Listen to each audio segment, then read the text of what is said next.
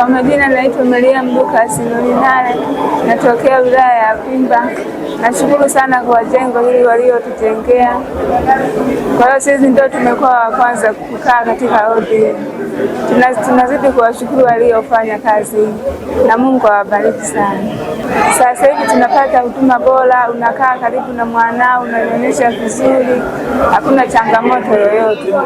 Sasa juhudi ambazo zimefanywa na taasisi ya Moleli zitakwenda kutusaidia sana katika kupunguza vifo vya watoto wachanga.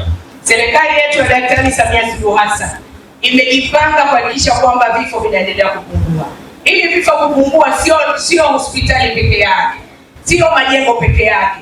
Ndio maana mnaona tunao watumishi ameendelea kuajiri kila mwaka, lakini mama anataka kwenda hospitali, ameendelea kutengeneza barabara ili aweze kufika hospitali. Mama anahitaji maji, ameendelea kujenga miradi ya maji ili mama apate maji. Napenda kuwasihi wadau wote kuendelea kuiunga mkono Tanzania.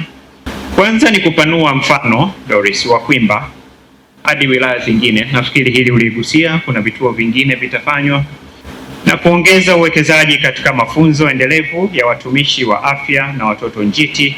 Nashukuru wale wote walioweka mchango mkubwa wa kuhakikisha tunafika hapa tulipo, na imani yangu kwamba tutafanikisha mengi zaidi kuliko hili. Jina naitwa Vumilia Ndebile Ali, mkazi wa wilaya ya Kwimba, kata ya Ngudu, mkoa wa Mwanza.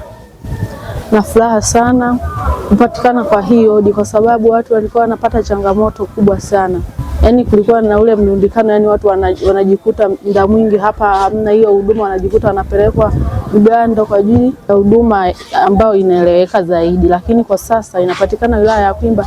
Tunamshukuru Mungu kwa kweli. Kwa majina naitwa Modesta Malashi.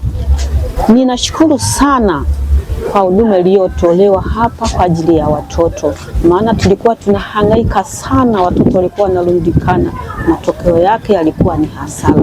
Lakini kwa sasa tunamshukuru Mungu kwa jengo lililowekwa hapa kwa msaada wetu. Tunawashukuru sana waliohudumia hii hospitali kwa ajili ya kusaidia. Mungu awasaidie sana, awape baraka zote. Asanteni sana.